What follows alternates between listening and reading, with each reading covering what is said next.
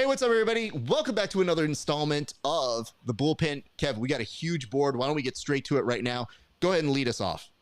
Yeah, thanks, Raf. Today we're talking about the clean aesthetic of gold BJJ. They're phenomenal streetwear they've got. It's not just training gear, guys. You can get streetwear.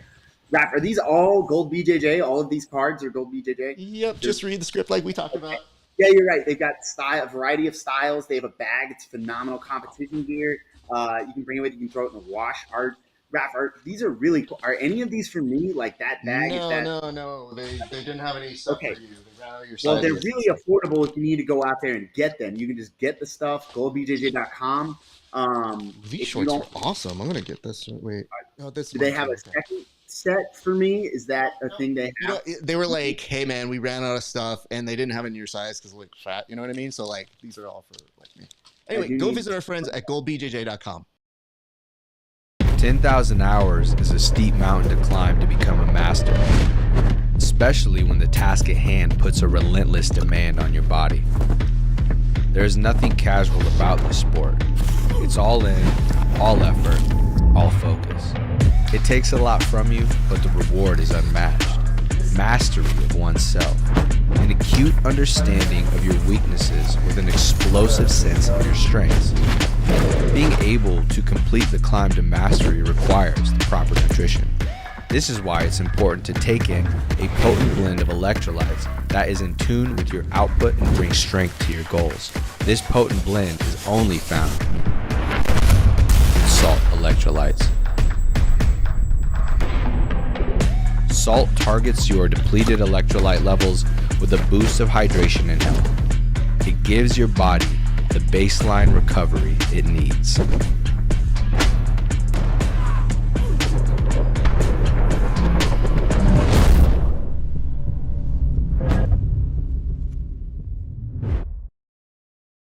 Elevate your BJJ game with inverted gear, where pandas and performance meet. Whether you train in a gi or prefer no gi, we have something for you. Our gear is built to last and designed to perform no flashy extras, just high-quality craftsmanship and minimal design. Plus, pandas. Don't miss our back-to-school sale going on now. Visit www.invertijar.com and roll with confidence panda style.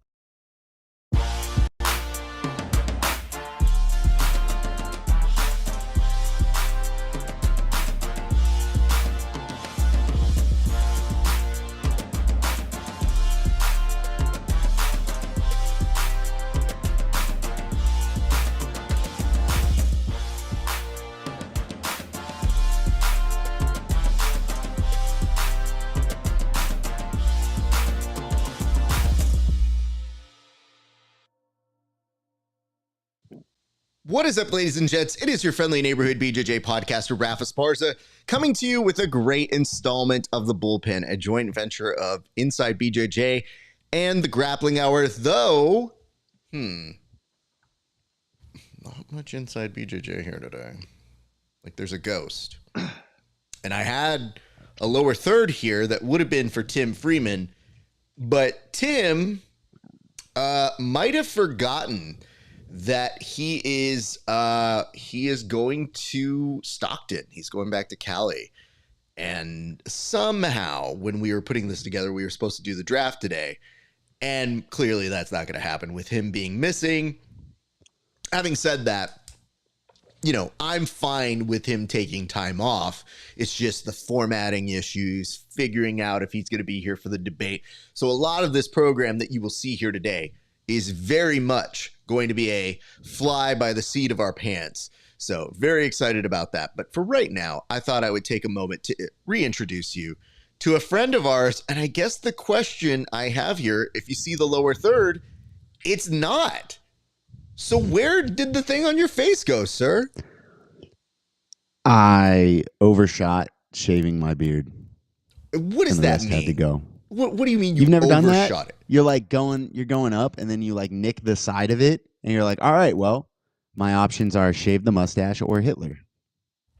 Okay. You know what? When you put it in that dire of a situation, clearly there's only one choice. I don't know, man. Gordon Ryan says he had great generals. Oh, boy. So. Yeah. You know what, dude? Blah, blah, blah. Anyway. For real. The weird part to me is I'm like, I don't know where 100% of that comes from, but it ignited something. And I saw that Ben the Bane basically reposted it, and a lot of people were in on the comment section. And whether or not that is 100% real, the comment section was 100% real and concerning. So I have many issues and problems with that. Nonetheless, our friend Brian Peterson says, you cashed in $50 from your mom. Did you or did you not? No, absolutely not. This hurt me. This one hurt me. I couldn't accept that money. That mustache is gone, but not forgotten. The fact that you showed up told me you had invested time into doing this. And then you tell me, a dude who has never been without facial hair, and with good reason, that you're like, what if you overshot it? And I go, then we just get real close. We redo how we do this. We don't make mistakes. So when that happens, I feel for you. Do you feel like a new person without the mustache, sir? I feel like the mustache is like, I agree with Tim's take, actually. I think it's like +5 to dirtbag. I definitely, like, while I've got the mustache, I'm a little grimier. And now I'm back to clean cut. You can take me home to meet mom, you know? Like, I'm absolutely a nice young man. Okay, yeah. The other guy, he was the skeezy one. This one's the yeah, one that's that we him, know not is the me. good one. Not me. I would never. Can I just tell you, without fully stalking you, I just had a thing. I thought today, I'm like, I don't think he's going to show up with it. I wondered if we had roasted you so hard that I had to put up the asset with you and the mustache. Today, I knew today was the day it had to go up. And I even included a voting ability for it. And you put up on your social media that you were being bullied. So are you sure you didn't just come up with this story like you fell down some stairs? Or is this a real thing that you are going to see all the way through? Because, again, it's almost No Shave November, so it could very easily make a return. I was straight up planning to do Movember and just have the mustache the whole time.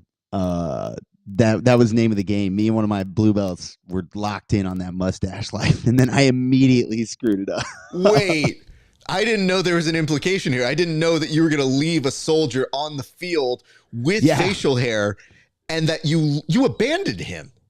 I left my boy. Wow.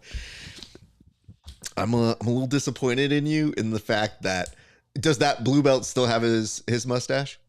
Yeah, he's a cop, so I think it's part of the uniform. It's mandatory. Got it. Okay. I think if he shaves it, they give him time off. He's got to go home.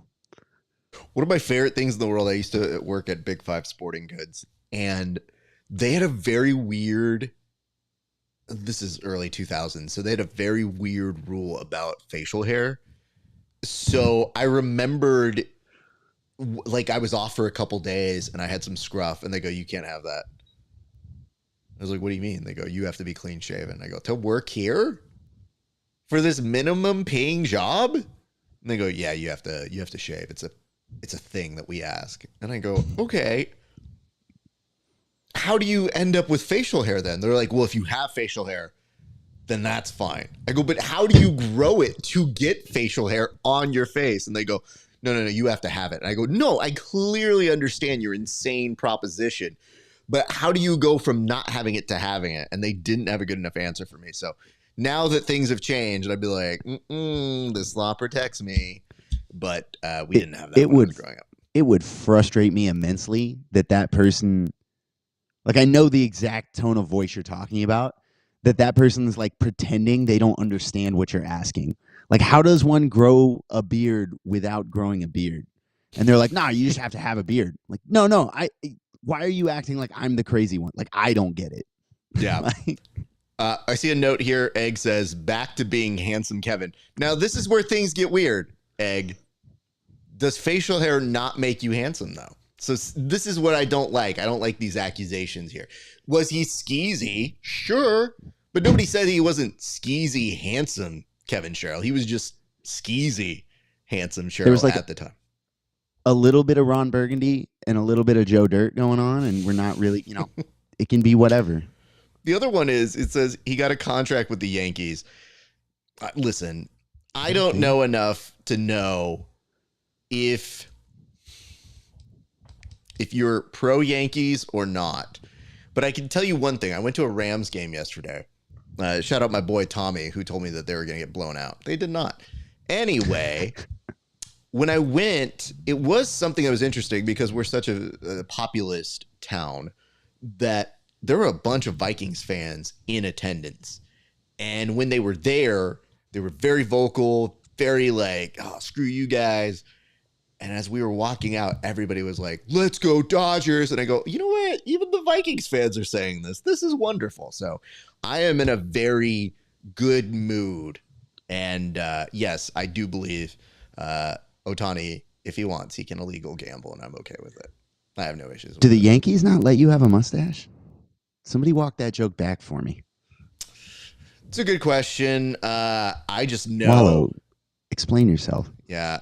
I'll come back here and it says someone reset Tim. No, what you should know is for Tim, when I look for these still photos when they're not on the call and I want to do the quick walk around chat, it's very important to me that it looks like the publicity photo we use when someone has died, because at the very least, this is the photo that we'd use on our handout, the pamphlet you go when you go to a funeral, because it's like, man, Tim lived a good life. He was so happy. Oh, good for him. And it says, they even made a Johnny Damon shave. Go Sox. Yankees suck. So you say go Sox when they're not relevant right now. Good to know. Not anything unusual with Egghead from there. It says financial hair. That is very funny. Facial hair is a no-no with the Yankees, and that's why they're trash. So anyways. That's fucking weird. Yeah. That's weird. We'll move on. I don't spend my time talking about trash teams right now. We'll go to I live in Atlanta. All we talk about are trash teams. Yeah, I mean, you're We have a rough unoccupied at the moment with things to do, so I understand that. It was a very good LA start day. My only concern is really the traffic. But let's go to the board, and we have set up the board for both myself and for Kevin today. And we do have an important place to start off with, which was this weekend, AIGA had its trials over in Long Beach, over at Thunder Studios. And it was an interesting sort of event. There were 6 teams. And yes, we did preview it last week, but they weren't quite the same teams. So, gotta be honest, they took us for a few surprises here and there. But yes, we were able to watch them, and I was intrigued to hear how we both figured they did. So in this particular venture, I thought it would be a good idea to ask you, Kevin, what really stuck out to you on the winner side from AIGA this weekend? I had no idea Checkmat was going to do that well by a mile. Like, I was very surprised. I was a little disappointed, the same with the roster changes, because this is a individual sport. I got hype off of certain matchups that I was like, oh man, that's going to be really exciting to see. And then there were some roster changes where it didn't happen. John Calistine didn't make an appearance, and I thought that was going to be so cool. Yeah, that stuck out. As far as performances, I tuned in. I got to be real. I didn't realize Dorian On was that effing big.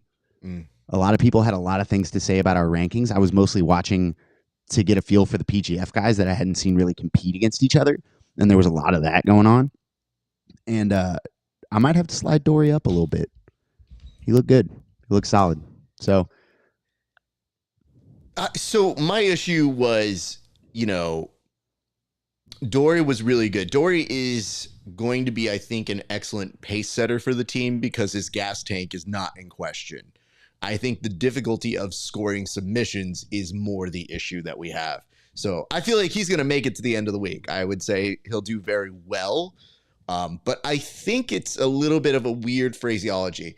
I think people need to start acting with this team format. They forget, yes, there's 20 great people, but it's always a question of who are you going up against and who's on your team? Because whoever's on your team, you're not facing them throughout the week. And if that's the case, maybe you have a team with some dunkables that you don't get to score up on. And that's where it becomes harder. So I think what you try to do is create an overall average of how do they do against all different types.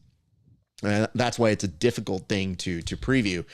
But the consistency for Dory was he didn't get any submissions. So that one did very much become an issue. And as Egg likes to say, huge, but only one sub in the qualifier. Dory will be good in the fantasy and as a stopper. And I think that is essentially going to be his role. I think you can almost refer to him as an enforcer. Let's call him that.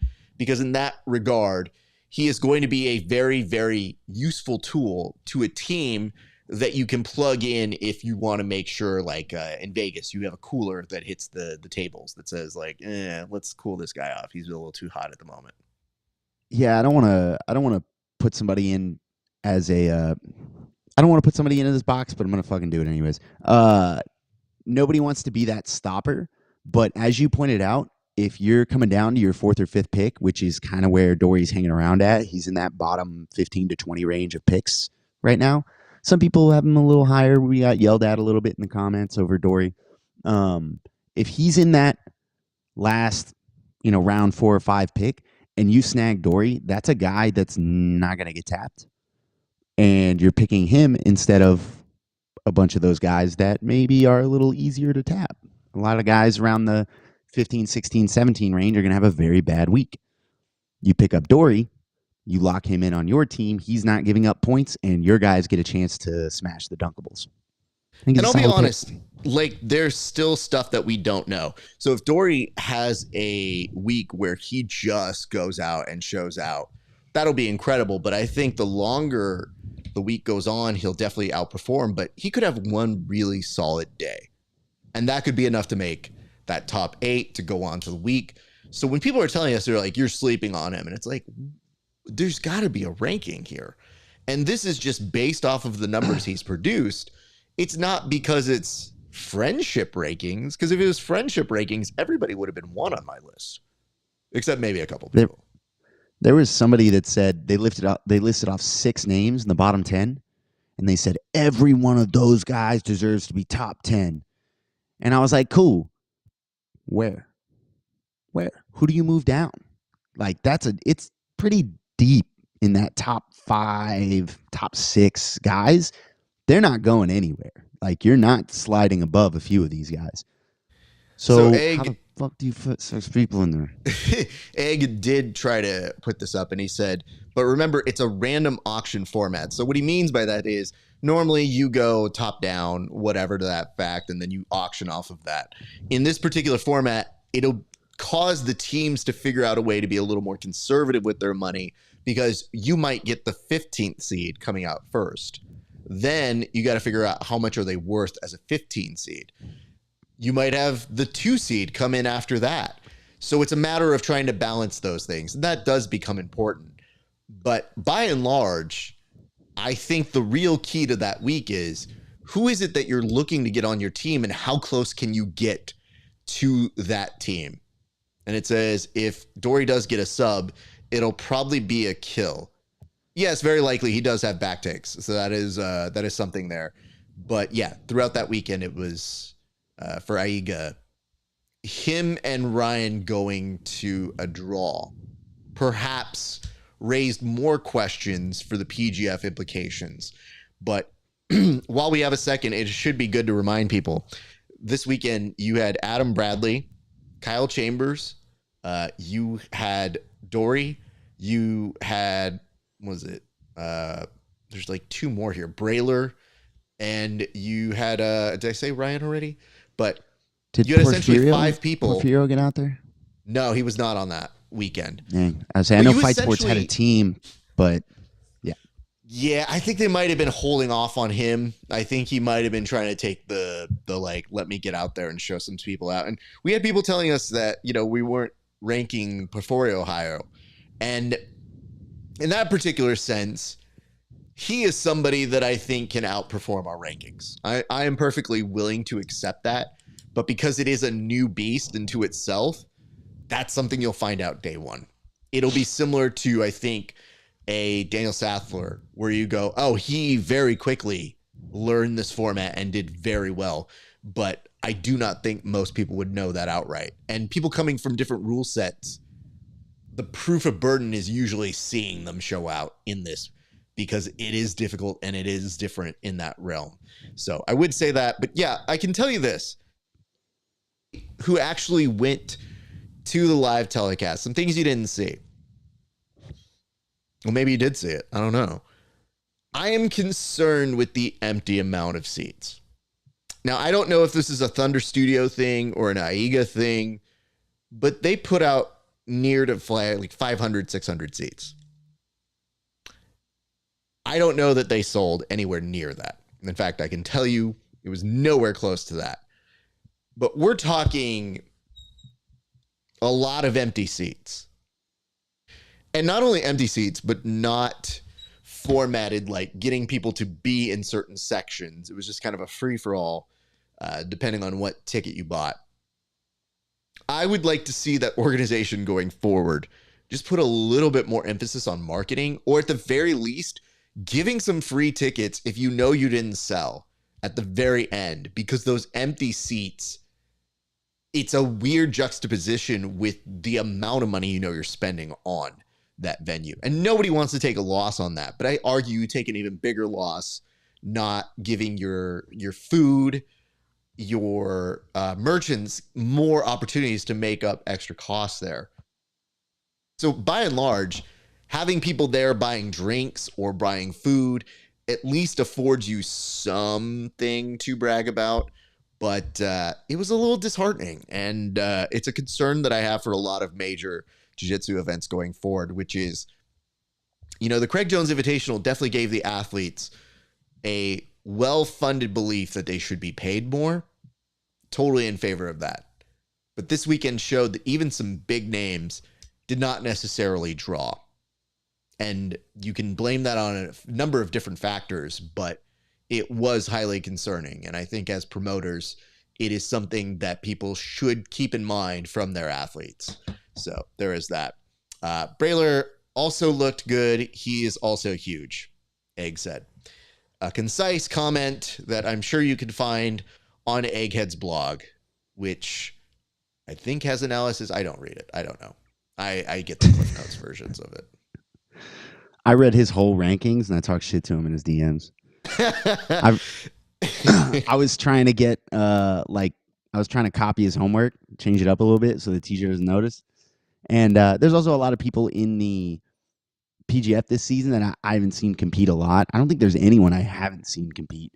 But there's people I haven't seen compete a lot.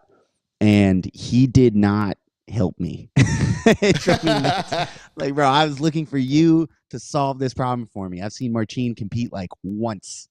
Like, I don't know anything about Brayler. Seen him compete like once or twice. I don't know anything about this guy. You need to tell me.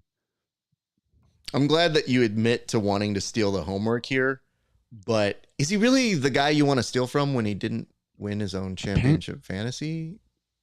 Like, I don't know that he's the guy I would go to. You know what I mean? Like, there are other people more knowledgeable and perhaps on this show who outperform the amount of hours he spends watching tape to come in second.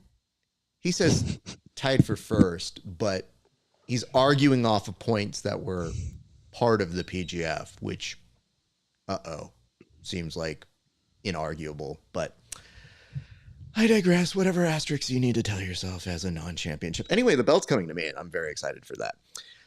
But yes, it says the way too early rankings, which, I mean, sure, dude, that's what we have to do here. That's our whole MO, our mojo, if you would.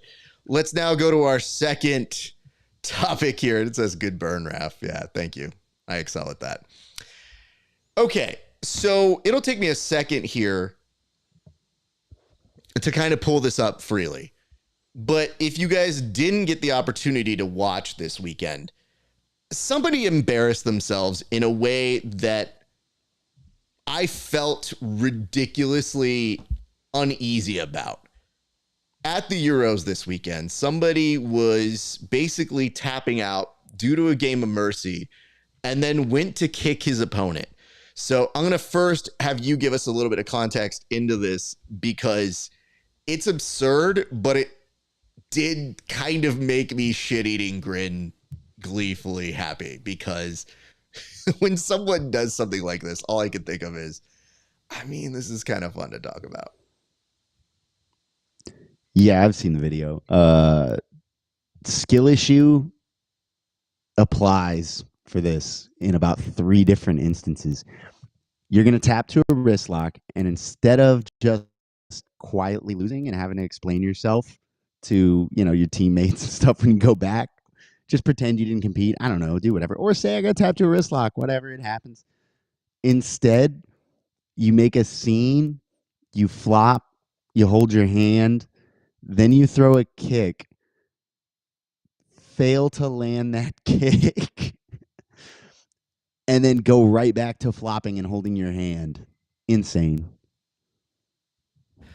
I think part of it that made me laugh so much, Kev, is the fact that as he did it, there was a moment where you kind of got the sense he was a little desperate to try and make one thing work, and none of them were working. So he just tried like a salad of putting them all together, like, ow, went for the kick, and is like, the dude caught the kick and he goes, okay, like straight into soccer mode. And then as he's on the ground, is like on the ground, but does that thing where he looks around to see if anybody's like looking. Anybody notice? Anybody buying those? Who's concerned? Ow.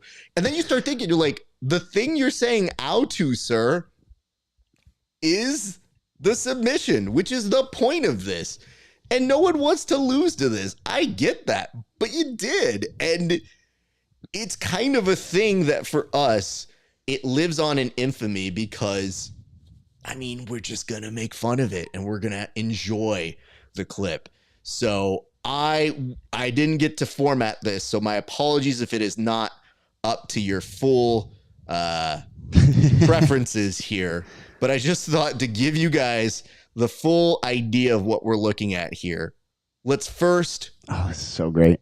Bring this up like this. So let's go to this. First and foremost, allow me real quickly to go through this. And this is how you know we have to take it frame by frame. So first things first, you see the mercy, you see him scream. Been there. I've had some people play this game. Wagner Rocha, this is his handbook. And then after this, watch what happens here in just 2 seconds. Time it. 3, 2, ooh. And you would think to yourself, man, that kick might hurt. Actually, no, it doesn't, because it's gone straight into the ability to go for a single leg if he so chooses it. I think what's upsetting here is now the referee then comes in like a fan to just push him down. And at this point, he goes, no, ow, ooh, and goes into the soccer playbook. Now, let's look at this gentleman here. The gentleman who this is happening to looks back like almost like it's The Office trying to find his camera as to say, do you believe what just happened here? Now, let's talk about this extra roll, because to me, nope, roll. Now we've get the official DQ sign, and I think he's putting it together. This may not go. It's the point now of letting him know, no. Hold on. Ow. Look at me. And he's almost pointing like a Spider-Man sort of gesture. Like, I think he's making this like almost to be like, if I can make this go, this would be great. And now points back at him. I think he's trying to claim that the guy pulled his fingers apart, like grabbed them and twisted them in 2 different directions. And like, maybe people definitely do that. But also, buddy, you threw a round kick. It's over. It doesn't matter. You threw a kick at him. Go home. So what is he signaling to him here, though, Kevin? Like, what is happening in this exchange here? Because look, this is the one that confuses me. They have a whole-on discussion with each other, because it goes from, you know what you did, you slut, to him being like, wait, what? Why me? You know you submitted, dude. We can run this back, I guess. Bro, and now him thinking like, did I just lose all of my money from competing in this? My favorite is, well, twofold. One, this is the IBJJF, so we have no idea which way this goes. No idea. I've seen someone heel hook someone else in the gi, and then the guy that tapped got disqualified, specifically because they claimed he was only tapping to get the guy who was heel hooking him DQ'd, which, like, yes, that's the rules. But, so it's IBJJF. We have no idea what's going to happen. But my favorite part of all this, really, beyond the round kick, beyond everything, is how he keeps doubling over to hold his hand. Like, he keeps, like, bending it the way, oh, my God. Like, I can't stand up straight because, see, perfectly fine. Don't worry about that hand. Now, dang. Oh, God, I'm rolling. It's so painful. I'm like, man, if you ever had something happen, you've ever broken a finger, it fucking hurts. But what is this? What is this? Like, what is going on? It's like, if you've ever taught a kid's class and the kid gets hurt in some tiny way and now it's a car crash. Like, what are we doing here? Oh, look at my destroyed hand. I'll never play violin again. So let me point this out to you. A lot of people who play football, other sports probably can relate to this. I remember once I caught a football not the best as a receiver. And then I started looking and I'm like, oh, wait. So there is like a space that is permanently between here that is not here. And this is just something that happens. And I remember the look on my face. I didn't do it outward like, I just remember being like, shit. And then you try popping it and doing it and it does nothing. And you go, oh, great. This is just now what I've grown with. I think I broke this pinky last week on Thursday. Middle of a roll. Did you or did you not then do this out loud double to somebody over? and like, ow. Oh my God. I can't stand. And I finished the round and I finished the training session because if you've done contact sports like you're talking about, you effed up your hands. It's happened. It happens. Even if you're playing soccer, you're gonna post, you're gonna jam your finger. It's part of it. What is this? What is this, sir? We do a combat sport. Don't double over. I just, for my own enjoyment, I'm just gonna sit back. You can say whatever you want on this, but I just want to see it one more time before we move on. I love the gym face. You're right. You nail that. He looks over. Dun, dun, dun, dun. So good. Amazing. The rolls too. He's in so much agony, man. You know, he was ready to scrap until he realized he was going to lose, and then he was in agony. You know, I think I just thought about it some more. This dude, when he rolls, it's the kind of stuff that you go to a local community theater and they're doing experimental improv, if you would, because that guy died. This to me was one time we did a thing with audience participation and we said, you know, they had to do whatever we were yelling out. Like part of the commands were, we yell it out, you act it out. And so we said, all right, this person, they rolled across the floor. And the woman who was the audience member goes, we go, they rolled across the floor. And she goes, oh, right. And literally flew into the air and made 3 turns. And I said, oh my God, this is the first time I've seen something like that. And it was deliriously like the best thing I've seen since physical comedy, since the Jersey Shore. Because now you just get to enjoy the pointing, the Real Housewives of it all, him trying to show you his hand, let you know. He hits his knees for no reason. I love that. This is the part that I am concerned about because I thought he put a spell on him here. And perhaps it's just the spooky season of it all. Perhaps it's the Agatha being watched by millions Jerry of has people. established it's possible. This is just, there's witchcraft in combat sports. You got to be careful, guys. Stay ready so you don't have to get ready. It's so good because then everyone's just confused and doesn't know what to do for the rest of the event. So God bless to all of those people. It does suck that it happened, sir, but thank you for giving wrist us. Wrist locks suck, man, but you know, maybe don't do all that.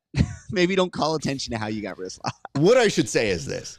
Our good friend Byron Peterson, when I did get to roll with him, he caught me with a wrist lock, and I knew he was good at them. So I was like, I wonder if it's going to happen. And he had great ways to put it on. And I think Brian will attest to this as well. When I got caught with it, I just did that reaction where I go, yeah, that sucks. All right, we move on. Of course, I didn't pay $180 to compete against Brian. Maybe I would have pulled the same thing, but now I know what I can get away with when Brian's trying that at me. I know I can make 3 rolls, point to him, put a voodoo curse on him, and then see where the day takes me. So very excited Yeah, you for win that. in the long run. You win in the long run when he walks out to the parking lot and he's got a flat. I think the worst part is, now that I say it out loud, I think from a evil villain perspective in a movie, it's when you use your best attack on somebody when he kicked him and goes, uh-oh, and then thought, well, right back to this because that didn't do shit. So it was a good attempt here, everybody. Bro, it's that Dragon Ball Z. You see him blast them with the huge thing. There's the giant smoke cloud, and they're still standing there. And then you got to see Krillin go, oh, I've been maimed. I got to go home. I do see a note here with AIGA where it said, Kevin pulled a Marcia. Now will never be a hand model. So it is unfortunate parts for him. We are losing more model opportunities as we go. But I think it's time to now make our way to the next topic, which honestly, I thought was more of a Tim topic, but we'll do as best we can here without him. The note we have here is thus. So Brendan Schaub on his podcast decided to make the case why he should have a match against Nate Diaz. They've been going back and forth, but he's not only making the case, he's telling Nate Diaz as a warning, this is why I would destroy you. Now, those of us with memories know there was a very famous no-gi match with Brandon Schaub that is not the best moment in jiu-jitsu. So, Kevin, I ask you, what were your first reactions when you heard of the possibility of a match with Brandon Schaub and Nate Diaz? Allow strikes. Neither of these guys, the most exciting thing about these guys as fighters is not and never will be their jiu-jitsu. I know Nate Diaz is very good, but we want to watch him, slap some people up. Brendan Schaub hits like a truck. Let's do combat jiu-jitsu. Let's do combat jiu-jitsu in the gi, or not in the gi. I don't care. I don't care about the gi. Let them hit each other. Oh, man. Then maybe the way we make the gi exciting, we just start letting you hit people. If you take grips and you don't let go of those grips for 30 seconds, I get to start hitting you. That's it. Forget advantages. I just start hitting you. No more stall calls. Palm strikes. I think that's the way. Other than that, I feel like Brendan Schaub should be disqualified from jiu-jitsu matches forever if they're not combat jiu-jitsu. I don't know who's lining up to see that after the Paul Harris match. Like I can't blame him, but I don't want Paul Harris on my legs. The Rio camp that I go to, there's been talk of Paul Harris pulling up. He's friends with some people, and we were told he's actually a very chill roll, and I will never know because I'm not ever rolling with that man. I have to say this because from my perspective, it's just not something I'm interested in. And I don't know how to say this in any other way other than to point out what I consider the obvious, which is you guys forgot about Metamoris? This was the worst. Listen, Brandon Schaub can go do his own podcast. He seems to have figured out a great niche for himself in that world. He also has a good hook, going out and eating with people at a food truck. That's a wonderful marketing hook for a show. And yes, he's had some opinions that people send to me, and I think to myself, I don't need to see that. It's not really my stuff that I enjoy to watch, but good for him, man. That's awesome. He found an audience. He's cultivated it. And he's even got to do stand-up comedy, but let's forget that because, let's be nice here. If we're talking about Metamoris into itself, he actually went into a press conference. I was there. I was asking questions at that press conference. And he referred to that match as the Schaub shutdown, which was absurd because anybody who watched that match knew it was hot garbage. And I feel like if you give us a match that leaves such a bad taste, and yes, sell it as you need to in the press conference, it just doesn't mean we need to make that mistake again. And we don't need to pay somebody to do it. And there was a pronouncement by Craig Jones, who made an appearance on a Hero Hawani's show this week, that maybe they'd be interested in it. I'm not interested in it. And yeah, I think Kevin hit a very good point, which is maybe through combat rules, it would be something of interest. But I have to tell you, from its base level, not worth our time, not worth the money. Let them chirp at each other. And when I mean let them chirp at each other, you know the only one who's going to talk about it is Schaub because he has a show. Nate Diaz cannot be bothered with this stuff. Nate Diaz is too busy getting high and enjoying his life.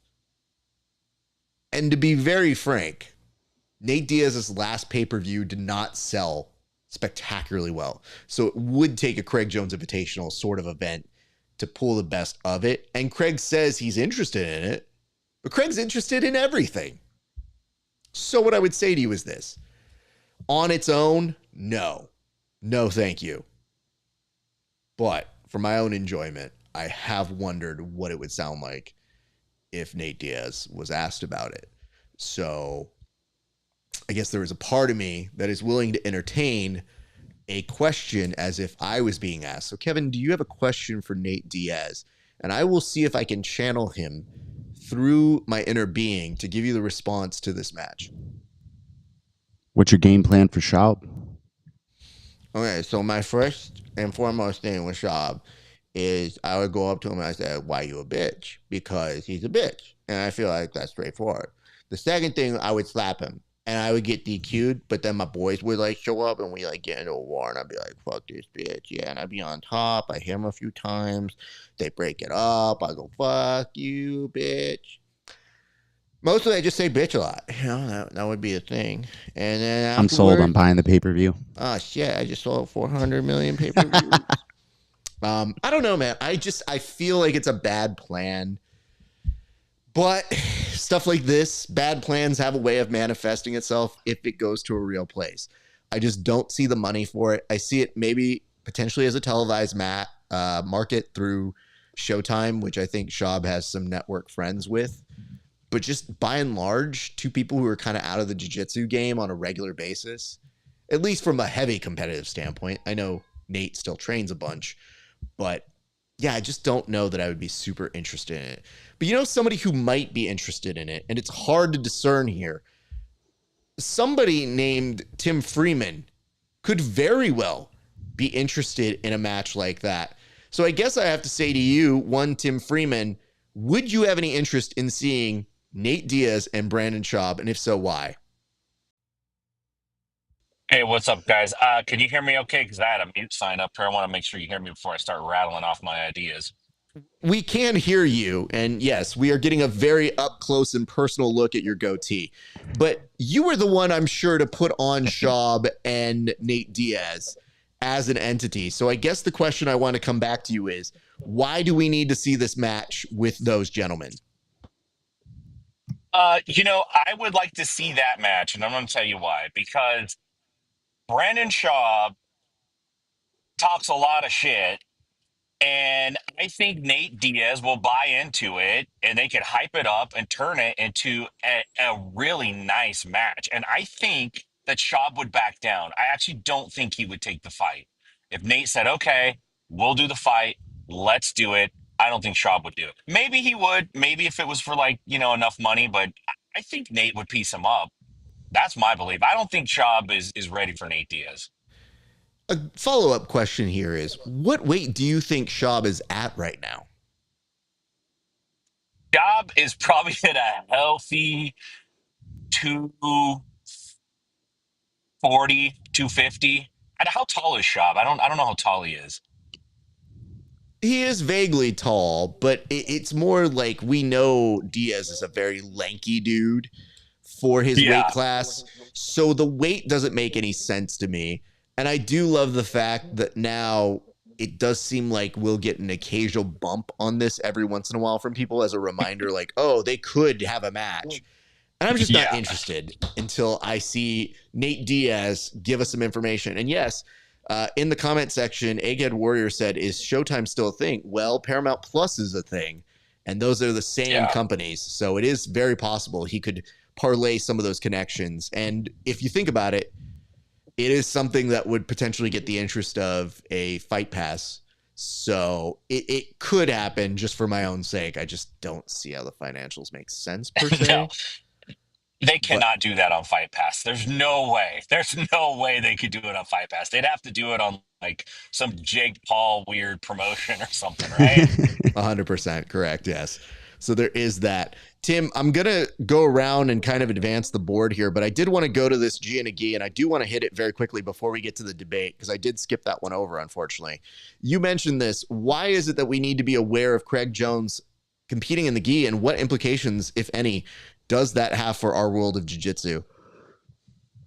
Well, deep in my heart, what I'm really hoping is Craig is firing off the opening shot in his takedown of the IBJJF. Let's go. Craig's coming for all of them. Can you imagine if he pulled that off? Now, I don't think that's what he's doing. Would like to see Craig in a gi just for the novelty of seeing it, but I don't want to see gis all the time. Not for watching, having fun on the weekend with my boys and talking smack. I don't want to see two guys pajama wrestle. And you're talking to a guy that pajama wrestled for a long time. I don't hate the gi. It's just not fun to watch. Unless it's lopsided, I'll watch a purple belt beat up a white belt. That's fun to watch. I don't want to see two guys just pull their loincloth the entire match. It's boring, dude. Copy that. All right. Well, let's go into this as well. We talked about that. We talked about the idea of it. Do you have any interest in seeing the Craig Jones in a gi? And I'll ask that to Kevin. I agree with Tim. Craig Jones, maybe. I'll put Tynan Dalpert in a gi in a bracket with a bunch of purple belts that have no business being there, and let him run like the Mortal Kombat totem pole, just highlight reel fucking up a bunch of people. Give me that. I'll take Craig Jones doing it too. Let's make CJI, instead of a true bracket, let's make it the Mortal Kombat totem pole of just lopsided mismatches, and just see if you can make it through the whole run. You can tap everybody. Sick. We're in. Let's just see if you can make it. I just felt like when he was teasing that on Ariel, he had a few nuggets, and one of which was Ariel asked him a direct question on, do you know your numbers? It was like, do you know how much you did in terms of views and all that sort of stuff? And Craig's like, yeah, I do. And I was like, motherfucker, yes, you do. I gave it to you. Of course you know what they are. You should know what they are, sir. Thank you. So I would tell you this. I thought we did get a few nuggets. One, he's open to a match with Mo at Karate Combat. He also did seem to mention that, yes, Craig Jones 2 will happen, but he doesn't have any announcement yet. And he was teasing himself in some ADCC apparel, but didn't give any more details about that. So what is Craig hiding right now? Like, what is the announcement that he couldn't talk about? Kevin, I'll ask you first. Instead of $1 million prize, they will be giving out $1 million in cocaine, and the only entrant in Craig Jones' bracket is hit. Copy that. Good to know. Tim, do you have any idea what the surprise might be? It's hard to predict because Craig is a little cagey like that. He's kind of sly. What I hope it is a new promotion called Freak Fights. We could do Craig and a gi. We could do Craig versus Mo. We could do Schaub versus Diaz. We could just lay them all out, have it like every 4 months. Freak Fights 2, Freak Fights 3. I think I might be onto something. Sign me. I'm available. Let's do it. But yeah, I don't know, dude. Who knows? Craig's probably lying. He's just throwing a smoke screen out there. I don't think he's going to fight Mo, and I don't think he's going to compete in a gi either. I mean, I don't know what it is, but I loved him putting the ADCC apparel on as to give our commissioner a heartbeat of believing that he may take it over. But he did say there were some discussions, there were some meetings, but was vague on what those meetings were. So we'll have to wait and find out. But I do love the idea that even Ariel was like, come on, Craig. You can't tease that and then come on my show. And Craig was like, yes, I can. And it just kind of Yeah. ruined that little spot that he had for him there. But I did think to myself, we'll see what happens in this next thing. So let's go to what is our debate format right now. And gentlemen, you did learn last week how to debate. And I will ask this of Tim. Tim, do you mind turning your phone like that? Is that possible? Okay, cool. Because when I go to a full shot of you in a second, it's going to be very rough. So you will definitely be, you were in the same This way, isolation that you were when you're on the show. Like, this isn't much different than the version we see of you in studio. This is how we discover he just sets his phone up. It's not just that he sets his phone up, but that his for phone everything. takes over. Mm-hmm. Yeah, at least now if you hold it landscape, we'll be able to see all 7 pixels. Well, gentlemen, with discussion like that, how will you ever get to a true discussion about the best Halloween candy? Of course, kids, next week, Halloween is going to be a major moment for everybody here. So I thought it would be the perfect opportunity to have a civilized debate as to the best types of Halloween candy. And what I would like to do is I'll be starting off here with Tim, who will be making his case for the best Halloween candy. Tim, you have 1 minute on the floor. Thank you, Raf. I hope you guys can hear me okay. My connection's pretty choppy, but I appreciate being, even though I'm in the car, I'm going to argue this one because this is the slam dunk. This one's easy. The best Halloween candy is Sour Patch Kids. And I'm going to tell you why. One, they last forever. So they are, instead of being salted like jerky, they are sugared like a gift from God. They last forever. You could pop one in your mouth. It's still sour and it's sweet. The kids like it. The adults like it. It's not like candy corn. Candy corn's the kind of thing you eat on accident. It's not like that.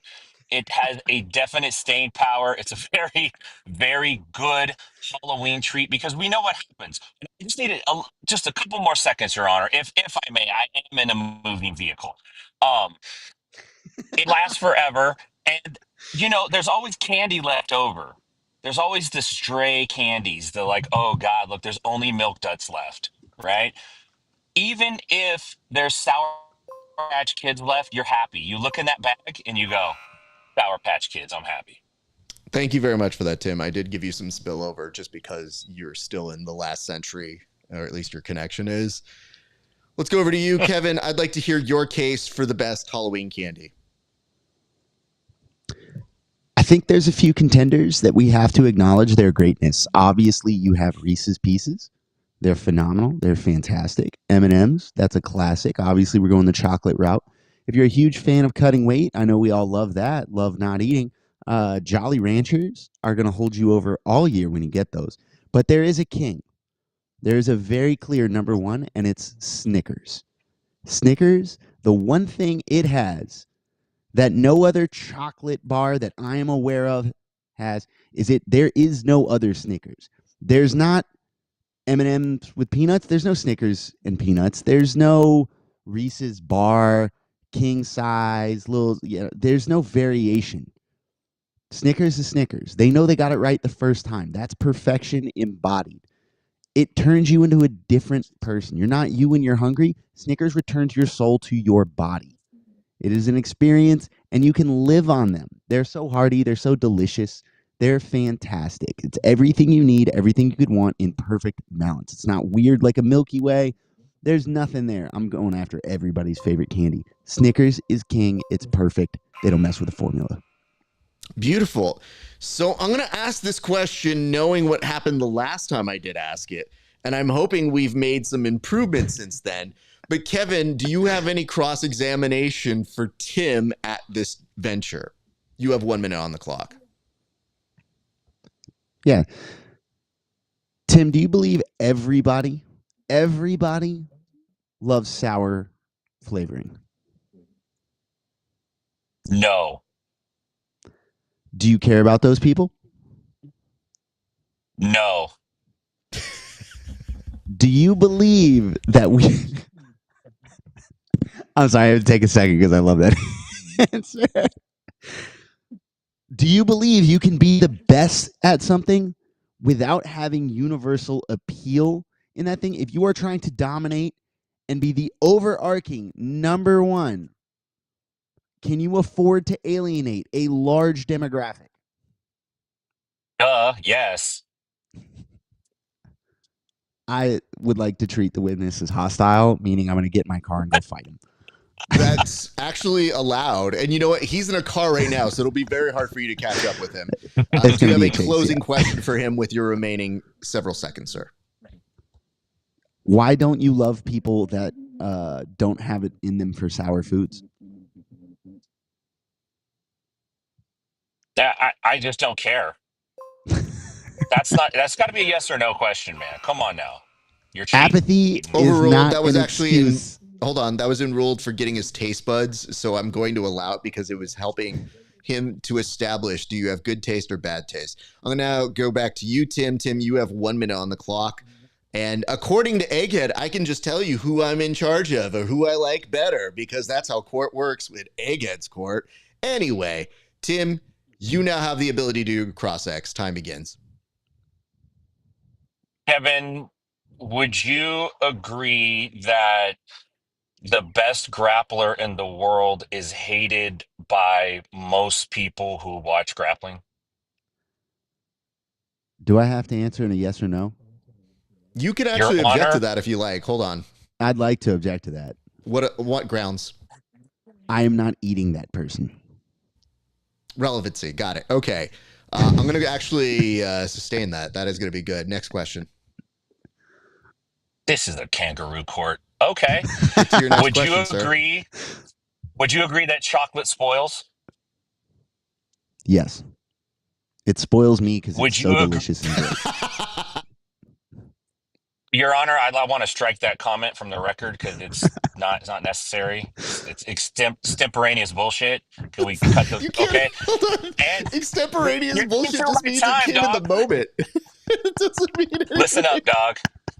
Listen up, dog. Would you also agree that there are many people who have a dairy intolerance, a lactose intolerance? Yeah.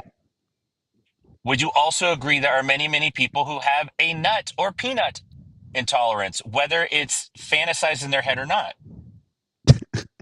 Yes. So that's all I got to say. If you got a brain in your head, you could already figure out what happened right there. Interesting. Okay. Bro, put the noose around his neck, stepped off, dude. Hold on. Tim, you now have 1 minute to give Kevin. your closing arguments. Oh, God. Please don't kill yourself because I do get concerned. We do have to make an appearance at the PGF for a week. So, sir, if you are ready, I would love to hear your closing arguments. Tim, time begins now. Listen, anybody can go, oh, best candy bar. What one do I think of? Snickers. What Snickers has is the best branding. That's why they're top of mind. They're not the best candy bar. We all know that. It has a limited utility. You're not going to keep eating Snickers over and over and over again. You open up a Sour Patch Kids, you'll eat that whole damn jumbo pack before you know it. It's that good. That's why you want it. It lasts forever. Snickers, greatest of all time, maybe. But you know what? If most of the people like what you're doing, then you're probably doing it wrong. You've all heard of 80-20. The top people in the world are hated by most people because they're doing it right. You need to listen to me and follow that example. Don't listen to Kevin. He's trying to fool you with good looks and handsome hair. He shaved off the dirtbag stash. He knows because he lost last week in court, so he's coming back this week. Don't be fooled by that. Don't pay no attention to that. Pop open a pack of Sour Patch Kids and tell me what you think. I rest my case. That's all I got to say. Give me the win. Where do I get the bag? I'm ready to go. I'm getting on the plane. I'm heading to the West Coast. Let's go. Copy that. Kevin, you now have 1 minute of closing statements to make. Time begins. If your child is trick-or-treating and they are given a Sour Patch Kid, you need to inform them that it is okay to egg that house. If you give me all 5 calories of a Sour Patch Kid, I'm going to be irate. You give me a Snickers bar, That's a meal. You give me 7 Snickers bars, I'm fed. I'm good. That's dinner for the week. Chilling. Great. Fantastic. Doesn't get any better. We don't address lactose intolerance and peanut allergies in this household because we aren't maligned by that sort of evolutionary weakness. It's not our fault, you know. That's not something we have to deal with. If you're doing life on hard mode, sorry. That's it. That's where that ends. I apologize that you can't experience what we all get to, which is the incredible, fantastic time that is a Snickers bar. All right. The only thing better than Snickers when you're trick-or-treating on Halloween are the candies with drugs in them. That's it. Closing statement. This guy wants your kids to do drugs. Just the cool drugs. Worth noting, I'm going to put my phone number up, and if you find any houses that are giving out candy with steroids in them, I'm going to get those off the street because those are dangerous. Dude, yeah. TRT and Ozempic. That's the new stack, dude. Yes, that's what people are giving away to children. That's what we need to be concerned about. Gentlemen, allow me to go through in the Snickers. Allow me to go through your overall arguments for today. I want to congratulate both of you for actually getting through a decent, good round. Who knew that I just had to take it out of the realm of jiu-jitsu to speak to two jiu-jitsu hosts? But it seems like you both come from a place of speaking from knowledge. Tim, you making the case for, admittedly, my favorite candy growing up was already very much in the pocket for arguments that I know and understand. Kevin, you coming in for a later day appreciative candy in my life, also very solid. So you guys picked 2 good candies. I can commend you both for that. Some dropped arguments I should point out here. Kevin, from your side, how did you not bring up the sugar rush and crash that you have when you have a Sour Patch? Because that is something that we need to address. Yes, it's good for a little bit there, but that's really the starter program to getting people addicted to Monster energy drinks. So could have been a huge opportunity for you. And don't forget the dives. Halloween, dog. Fuck your Halloween, dude. I'm talking about the future of the children. Stop making our children fat. And I will do you well to not interrupt the judge as he gives his ruling. You know what? Just because of that, Kevin, you won. That's it. I knew it. Legitimately, you just interrupted me and you didn't allow me to get to my actual ruling. Thus, you lose. So, Kevin, do you have any words? Do you have any words that you would like to say to your opponent now that he has unfortunately taken an L this week? I'm the best lawyer I know. Can I point this out? I sent the video before I put it out to everybody. I sent it to Paul and I said, come get your guy. And Paul Ardea sent me a note and he goes, I thought based on the arguments that Kevin won last week. And I said, oh, sweet sunshine. I now understand how easy it is to practice law in Georgia. I didn't know that until now. Anyway. Good I don't know. I believe him. They're extremely successful lawyers. I don't know. In Georgia. Yes, I get that. They'd be like, are you a peach? All right, we're going to give you a little bit of something special today. Okay, to be fair, you a little snug bug. We're going to give you this law. You got to remember, they're both brown. Yeah, okay. I'm just saying, it can't be easy. Yeah, of course. Yes, to the other very different brown person on this call. Can I ask a question real quick? Yeah, of course. Who were you gonna give it to, though? And I also have to make a confession. I have a Snickers bar in my backpack that I just picked up at Walgreens. I was actually going to say, I was about to ask you, Tim, as part of your disclosure, I was going to say, how do you not acknowledge the fact that a dropped argument from him was when you go to a gas station, how do you not get a Snickers? You know, like I would have been trying to play some defense on that. I'm being like, dude, nobody picks up a Sour Patch when they're going on a long trip. The versatility of it. But you did knock some of his arguments down very nicely, and I did appreciate that. Your cross-ex, perhaps your strongest element of your argumentation. So that's going to be something that we have to work on with Kevin.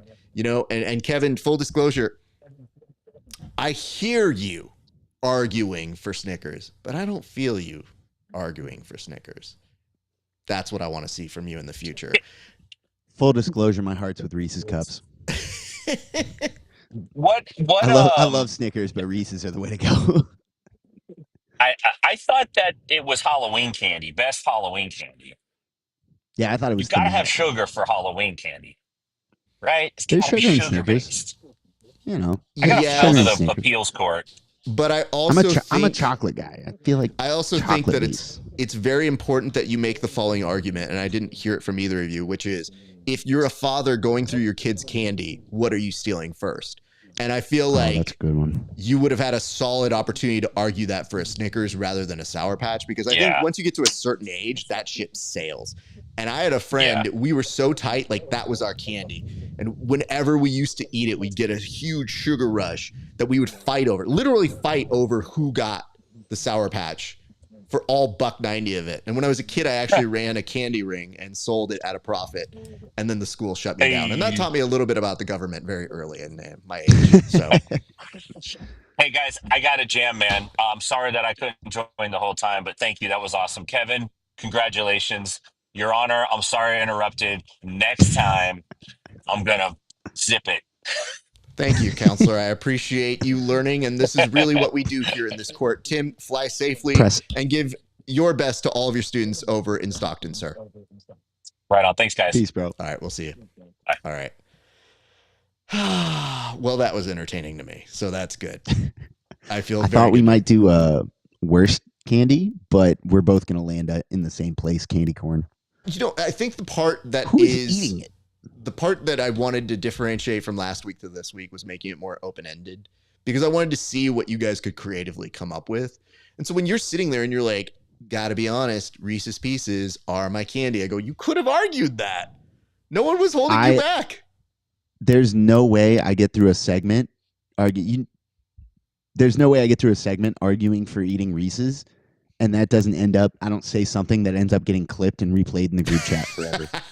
I can't do that with Baby Goose's name being Reese. It's no way. I'll stumble. Okay, fair he'll enough. hit me with a pause. He'll turn me into a meme. I can't do it. That's the real reason I didn't argue for Reese's. That is the actual reason. I was like, that's a it's too very risky. sad thing, by the way. And like, I say this as somebody who would be Matt Curtis. He's like, I like me. And he goes, all right, I'm going to cut that. And I go, you're a child. Manny C said there is a Snicker peanut butter, a Snickers almond. There are actually 11 variations. That's very good. And then, of course, any of those, Egghead coming in and continuing on the Bubba Gump shrimp-esque. There's butterscotch Snickers and pumpkin Snickers and PB squared Snickers. So there was one thing that he did mention here that was actually, he was accurate. Reese's is the favorite of Egghead, in case you were wondering. Not my favorite. I'm not a huge peanut butter person, honestly. So not quite my thing, but he said RAF prefers Kit Kats. And that is 100% direct quote. If I see a Kit Kat bag, I'm in that. But I've gotten better as I've gotten older. And I do have an appreciation even now for Twix that I didn't have as a child. So I can give props to other candies. But I remember being really mad when I didn't like it. Dude, one of my sister's boyfriends came to the house and like tried to impress me and like gave me a candy bar. And he was like, here you go. I brought you something. I was like, all right, ooh, it's a Twix. He's not good. I don't like this guy. So it was like all of 6 being like, he's got to go. So it says, wow, Kevin's treat could be isolating entire schools of children. So that is a actual harm. Yes, that is possible. And it says what? Knowing 2 black belt attorneys and an actual judge? Cray cray. I mean, that is true. I said what I said. Wow. That is intense. So we will have to visit that later. So we got to that. I do want to get to this because now we're going to move a little bit further down the way. And this was something we alluded to a little bit earlier, which is that this upcoming season of the PGF has been previewed by, of all people, the commish himself, who is warning us, letting us know that this might be the lowest scoring season of all time. So my question to you, Kevin, is not only why is that true, but do you think that's going to become a reality? And if so, why? No shot. No shot. Okay. No shot. Why in particular, in your opinion, is there no shot at it being the lowest scoring season? Yeah, when he said that, he kind of dropped it in the middle of, I don't remember what the context was, but he was on a tear. And I was like, okay, that's fine. Yeah, it's an opinion. You can just keep it running. But I made that mental note in my head. I'm like, there's no way. There's no way. if you look at the top performers this season, they're very dangerous leg lockers. They're all going to shoot out with each other. Then you look at the bottom half, and it's a lot of bangers. Like a lot of guys that run the pace up. I think it's going to be one of the most exciting seasons. And I think we're going to see a ton of scoring. I don't think we're going to see the same problem we had last season, which is, frankly, there was just such a depth of fucking talent and a whole lot of people that play positional jiu-jitsu that are very dominant positionally. It came right after ADCC trials, so people were practicing that rule set for a while, whereas now we've kind of shifted back into sub-only season. So, like, I think we're going to bring people in. I think we have brought people in that are shooters. Paul Ardea has like an 80% finish rate at West Coast trials. Ryan Aiken is a submission hunter. Straight up just goes for the kill. Kyle Bain has said that's all he knows how to do, and that's accurate. You've got Chris Wojcik, who's a monster on the legs. It's a whole bunch of people that it's the equivalent of having 20 boxers, and all of them want to get in the pocket, and the top 8 are really, really good at knocking people out. You know there's going to be knockouts. It's the same thing here. You've got a bunch of shooters. You've got a bunch of people that are willing to shoot. We're going to see a ton of finishes this year. I'm intrigued as a numbers guy. And see, I didn't know this about you, Kevin. I didn't know that you yourself were also a numbers person, but you have admitted as such to me, and I'm fascinated by that. So let's do an average, because last season was actually not as high scoring as many people would be led to believe. So what on average do you think will need to be the score you get to make it to the top 8? Man, that's a good one. What was it last year? What did it ended up being? What was the break point? Let's right? double check with like Egg, around but I 10 felt because it was so close, it ended up being in like the 12 to 14 region. Yeah. And then with team points, it ended up maybe bumping up a little bit more. But I remembered that one of the through parts on the Grapplers documentary was that Matt Elkins saw it as a possibility that he could make it in with 1 kill. So it takes a second, but I had written all of these scores down way back in the day. But I'm intrigued to hear what just off base, because if we're talking low scores, I don't think that's a 16. huge amount of scores last year. I think 16. 16 is going to be the entry. Yeah, I think 16 points gets you the 8 seed. Interesting. Yeah, You know I think if you score, it's easier to do it this way, right? I think 13 points means you're not in the playoffs. There's a little bit of wiggle room there, but I think 13 points means you're not in the playoffs. Book it. We'll revisit this. We'll take a look at it. Well, hold on. Now I'm seeing this here. PJ had 15 points. So what ended up coming to, so team points. This is where I got confused. Okay. So off of this last season, the top 8, the number 8 spot was Canuto, and he had 19 points with team points. Without team points, according to Egg, would be just fine. Was 14. Let's do without. Yeah. Well, without points, Canuto, I don't believe he would have been in the top 8. I think you have to go without points because we don't know where anybody's going to end up, right? Those are guaranteed points that get given out every season. Or do you not? A true statistician would make predictions and understand that. So we do have a question here. Hold on. And it says 4 kills for sure. Now, Wallow's trying to be, I think he's trying to get a little bit of insight here. For a guy who hosts a show called the PGF 4 Insiders. kills is 24 points, my boy. Of course you're in if you get 4 kills. But Wallow J is trying to get some information out of the non-insider show. Perhaps maybe to show back to his show and be there. I almost feel like that's a super chat question. You know what I'm saying? But you don't have to. I'm just letting you know that that's something that maybe I keep that close to the vest. We don't know. Yeah, we're doing a draft next week, so I'm not answering that question. Everybody's gotten a little bit tighter because today was supposed to be the draft. And of course, Tim forgot. So as a result, all of us are sitting here like, I don't know. What do you feel about next week? Do you feel like you could pick the right people? Kevin, a big stats guy all of a sudden? I think I'm going to smoke all you guys. I think when we pick, I don't think I think you're- I'm gonna smoke you guys this I year. don't think you're prepared to make the big boy decisions that you need to make because you were too busy being the guy last year. And yeah, maybe you didn't rank high on ours. And maybe that's why you're coming with such fire on ours. But to come on this show and to tell us that you're going to smoke all of us when you're talking to the champion, you saw what I did to Tim. And that you were only the winner by default. So I just want to point this out to you, sir. Tread lightly, tread carefully when addressing your champion, sir. I saw your guys' rankings. It's too late. It's not even I have too enough late. information. I'm gonna smash You know what guys. the funny part is? You know what I want you to know.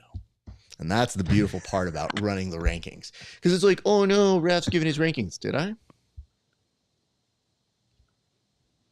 Or did I just give you what I wanted you to know? Man, journalistic integrity just doesn't exist in this era. Journalistic integrity. I'm so sorry. I have a reputation to keep here, which is I have all Winning. these goons who will go up to me and talk shit to me that I didn't pick them on their teams, who are the homies. And it'll be like, yeah, you didn't pick me. And I'm like, mm-hmm. But I was right. I can't wait. So I can't wait. just saying. But I do like the fact that now that you're on the other side of this world, you're kind of sitting here being like, oh, I can't wait. Oh, yeah. This is where I get my competition in. Wallow J says, we already did our rankings and draft. You did, and I saw it. And I mean, But what I would say to you, Wallow, is this. I wonder if there's still trade opportunities. Because that's an unforeseen area of this world. We don't know if you can do trades in this world because they can do trades Yes, you can. in the PGF, but can you do it in fantasy? And if not, Oh, felt. does that happen? It says, are you guys straight up going by wins and losses or fantasy points? So we'll be going by fantasy points. And I think this year it's also with the extra element of letting it play out with the mount or the takedowns, which I think significantly change how you have strategies for this particular game. Yeah, that's dramatic. 'Cause Suddenly, Andy before- Varela's a monster. Yeah. Well, I mean, dude, Like I wanna go win back to again. last That's all good. season, you're like, holy crap, him, PJ, suddenly they're great picks. Whereas like they were still good picks, but not they didn't live up to their points expectations. Either of Hold them. on, I clipped that part to send to Andy real quick. Hey man, it's not his fault, but he was yeah, not I a had Andy and great PJ as top 2, and they didn't end up in the top 2. Yep, amateur mistakes. And yo, Andy straight up, he's gonna be. It's not like I helped him score team points either. I do love the fact that for a week everybody is not who they are normally, but given like once it's all said and done and they come back down to earth, they're just kind of like, yeah, okay, cool. But I do remember Andy Varela needed to use a charger, and I remembered because he was on my team, I was like, I have a charger for you. And he goes, yeah. I go, yep, just you, because you're on my team. And you know what? I could use a few more points. So, and it says, only my way too early rankings. You know, we need to figure that part out. It says mount, takedowns, and back points. So I'm assuming also here, now that I'm thinking out this out loud, who is the person calculating those? Whoever would be tasked with that responsibility. I'll Do tell we you know what. and trust that person, I guess, is a question. So we'll have to come and address that a little bit later. But for right now, I think it's time for us to go to your favorite, my favorite. We need to analyze this fight. And I feel like we already kind of got a little bit of a fight feel a little bit earlier, but Tim was very kind in giving us this fight. So I have not fully watched this fight. This will be our first view together, but in the very quick scan I did of it, Kevin, I think we're in for something very entertaining. I take you now to the scene outside of a bar where obviously only good choices can happen. And we begin outside of this bar where this gentleman comes in, guns a-blazing. And no, this isn't Singing in the Rain, but there's a post that he's going to twirl around. And now they go straight into this Tesla and they say, excuse me, sir, block this man. And as Curtis gets out there, he basically starts getting things. And I didn't notice the dude with the fanny pack over here a little bit earlier, but he gets his hat knocked off and takes one for the team. Oh no, he's tripped and he's fell. And I think was he tased? Oh, good Lord. This broke bad very quickly. Yeah, I think that dude definitely got tased. So this is what I have for you. Kevin, I'm going to allow you the opportunity to walk us through your initial read of this one, going in 3, 2.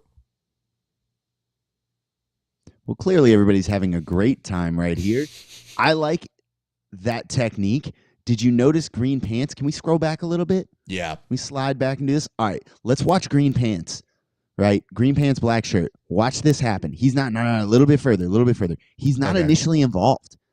And then he lands. Look at this. He circles around, chilling, hands down by his side like he's not going. He's going to pop this guy and then a couple shots and then takes off. Give it a couple seconds. He's 20 feet away, not involved anymore. That man is the MVP. That is a pro. So now we've got the scuffle in the middle of the street. Green Pants is still just chilling. He's sitting by the bystanders. Oh, I love the fucking pride kicks. That's crazy. Ground and pound's wild. Man gets back up. He got pride kicked and got back up. Somebody find the jaw on this gentleman. Oh, bro. He's down. He's down. That's rough. This is still my favorite part, and it gets me every time. Oh, I'm going, Dude, did we see Green Pants make an appearance and an exit again? Yes. He knew he didn't want to stay for long on this one. He knew he had to get out. Look at this. He's in the background. I imagine he landed a couple extra shots. Yep. Look at that. He sneaked somebody else. And then he exits when the cops come. That dude's a pro. That's James Bond. That's Jason Bourne right there. That is not his first fight rodeo, honestly. For sure. Let me walk you through just a couple little highlights I found on my second viewing, if you would, because I don't think anybody has talked enough about this one. All right. Obviously, Green Pants, great call on that. But I need you to keep eyes on the woman who just got her food and is wearing a sash and a tiara, who somehow makes it out the cleanest I've ever seen, but cannot be bothered and still is eating. Like, legitimately is moseying like dude, a that character. Tesla's in motion. It is poetic how she does not take a hit and is about to put away some of the food. So props to her first and foremost. But as we come back here, yeah, that dude came in swinging. He had some issues. But let's look around to how many people want to get involved here. So I'm seeing about, 6, 7 people who want hands. Okay? Yep. Now, look at this girl who tells the dude, you're not getting involved. You are not allowed to fight today, young man. I didn't even think that. Nope. She has a moment with him where she just goes, whatever you thought you were going to do, nope. She saw him do the Dustin Poirier, pull his shorts up, and just put the hand on his chest and nah. And so the fact that this dude has his Crone Gracie fanny pack on, you would think maybe he's a Nogi guy. He's ready to go out with the boys and have a good night out. And he's trying to restrain the biggest dude there possible who's already inflicted some damage. But that kick, these two kicks are impressive because they put that dude in the beige out. And then he pops back up. Look at the dude who's got the fanny pack. He now is rallying support from the dude who was not allowed to fight 2 seconds earlier, who I guess got the approval within those few seconds and says, go get him. Let's form together like Voltron. And listen, dude, when this popped off his head, it is a magic kind of hit that only happens in the movies. And they were able to recreate it beautifully. I have to ask you this, Kevin, as a coach, can you walk me through Fanny Pack's striking ability when he comes in with this? Because this dude not only doesn't have form to his punch, but actually fell as a result of it. Watch. He comes in on the side, so it looks like he's jabbing him with some sort of needle. But then as a result of that hit, not even from the big dude, falls back. And that's when the police go, you know what, this dude can't fight. We need to tase this dude. Yeah, when they tell you to sit on your punches, they don't mean sit. And by the way, this dude coming up and putting up his hands like this is the ultimate, what did I do enough to get pride kicked in the face? This is America, I thought. No. And then this dude is just out. I have to think. I can't read the backs of these officers because this is giving some interesting vibes. And I'm going to be real. This feels like Atlanta. It's not Atlanta, because those aren't Atlanta streets, but it feels very Atlanta. Yeah, it's tough. And, now that Tim is based and regioned out of the Nashville, if you would, part of me was like, it's not Nashville, is it? Where did our man find this gloriousness? So very happy for that one. Thank you, Tim. And we will conclude with 2 quotations here that we did get for the gallery. Now, these are normally civilians that we take, people who say some shit on the internet. But these are actually coming to us from the PGF itself. And I think they're worth analyzing because I've seen some people talking about it. So let's bring the first one to light here, which is one from Kyle Boehm, who wrote out, "I'm a fucking killer. All I know how to do is finish people." I'll ask for your reaction to that. Not even a little bit of a pause. Are we still doing phrasing? Is that a thing? The way you put that out there, yes, I do feel that is something we should consider. But it was said by Kyle immediately after his win. And some people said it caught them off guard. It didn't necessarily catch me off guard. What read you when you kind of heard that in that comment? I was standing right there when he said it. I was standing about 8 feet away when he said that into the camera. And you'll notice that joke I just made didn't make it. Can't hear it on camera. There's a reason for that. That's a large gentleman. Yeah, straight up. I'm right there. I heard him say it, and I was like, pause. In my head. He's a scary guy. He's a big dude and competes incredibly well. All right. Here's another one that got said, and this is by Andre Porforio, and it says, "I will not respect anyone. I'm going there for this money." Andre, I'm the only one that's got you ranked in the top 10. I hope you end up on the team with my homies, and I hope y'all all get that money. Fair enough.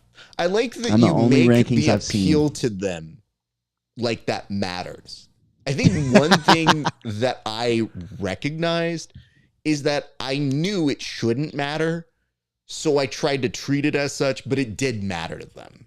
So what I'm saying to you is, you putting that energy out there will only do a reverse, and they'll be like, dude, I don't care if you think my homies didn't rank you. No, thank you, though. Thanks, that's nice. So, just wanted to give you some early insight as somebody who's been doing this for a while. I don't think I want to really have many interactions with people that do think my rankings matter. I talked to Paul in advance. I was like, hey, bro, is it gonna piss you off if I don't rank you first? And he laughed and was like, I don't fucking care. And I'm like, yeah, see, that's the response. That's why we can have, if you take yourself seriously enough that I can't rank you below first, I don't think I want to hang out with you very much. I like the idea of, if I can't rank you 10th, can I actually hang out with you in real life? I have been ranked 20th. So let's all calm down. And do you I think I can rank we anybody. Ranked you? I don't think you guys did. Did you? I don't know. I know you were a late. You guys did rankings, but I think I was like, yeah, they were. I was like the last 2 weeks, so I think the rankings already came out. Yeah, maybe. Kyron Gracie. Yeah. So I just took his spot, and he was 20th. I think we just put you as 21, just probably as a gag anyway. So I think this checks out. I would point this out, and a couple last notes here from Egghead Warrior. It says, Kyle's going to score a lot, can't run from his game with the stalling rules in the PGF. That is true. That is going to help him a lot. And I bet you can. Don't do that. We know someone will find a way to make this an issue, and where there's a will, there's a way. Egghead also put, we're getting an outside scorer. Already That's anticipated that issue. Interesting. Why would we need a stats recorder? Outside scorer if stats were just stats? But I get it. I'll record the stats, but someone else will make the calls on what are takedowns, back points, and mount. Okay, so it's going to take a while for the points to go up. Got it. All right. Well, it's good to know. So I feel like we made it through the whole board. It is now time for us to plug our last stuff. So Kevin, tell the people where they can find you, where they can see you, all of that jazz, sir. Yeah, come find me at Kevin Grapples on Instagram. Come train with me at American Top Team Lima or Superfly in Decatur, which is in Atlanta, not the same Decatur that BMAX from. Ours is cooler and has more coffee shops. Wow. My man is. Yeah, I know. I just made a bunch of enemies. I You're actually just, really like like, Decatur, Alabama. It's I'm really just being silly mean for how much you are coming into this with just aggression, and you've already been like, I'm going to beat you all. And I was like, okay, sure, kid. And then I you're don't like, even dislike Decatur, Alabama. I actually really think it's a cool place. I just that's the space my head goes to. just automatic heel. No matter what closing you've got, you're like, oh, nope, sorry, fuck you guys. I don't know why. Oh shit, I even forgot why. So yeah, now I hate Sour Patch Kids for some reason. Those are ops. I don't know. I will tell you though, it is lucky that you know, Tim did that. Tim interrupted you? It was close because he wanted to know as he was signing off. He was like, hold on, before I get on this plane, I got to know how I did. Is it luck if the other quarterback throws an interception, or am I the better quarterback? Do you sometimes believe what you're actually saying before you say it? I think that's the question I have. So when I process it, I go, okay, kid thinks he's really clever with this one. In this variation, if Tim had shut his mouth, I guess we'll never know. We'll see. I guess we'll never know. That's the real response. So when you're sitting here being like, I've got this in the bag, and you go, au contraire, my son. So much to learn.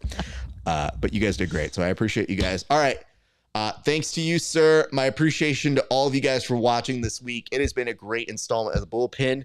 Reminder, next week is our penultimate episode before we go to the PGF Season 7, which, by the way, as a reminder, is going to start on November 3rd. Your boys here, myself, Kevin, Tim, we are going to be your pre- and post-show team, so we will be walking you through that entire week, and I have just got it on good authority that we will have a pre- and a post-show on the very first day. So we will actually be the first things you see for the PGF season. We will do the draft, and then it'll come right back to us for some analysis and breakdown of who got the best teams, what the rules are at play, and why it is you need to tune in that week. So we'll be walking you through all the who, what, where, when, whys, and all of the information that you needed to know. So in addition to that, check us out, grapplinghour.com. You can also go to patreon.com/grapplinghour. Give us $5 a month. See the interviews 30 days before anybody else. We have some with Sebastian Attard, who's going to be in the PGF Season 7. We did one with Dory Allen. We also did one with some of these other guys. Braylor Grout was a recent interview that we've done. So there are a lot of guys that we know. And we just booked up right in the middle of this interview. We will be doing a follow-up with the PGF Season 6er, Hanato Kanuto. So we're going to catch up with him after his UFC Fight Pass Invitational 8 performance. So lots on the docket. Ladies and gents, that is going to do it for us here at the Grappling Hour and inside BJJ at the Bullpen. It's been a great day for grappling. We'll see you back on the mats.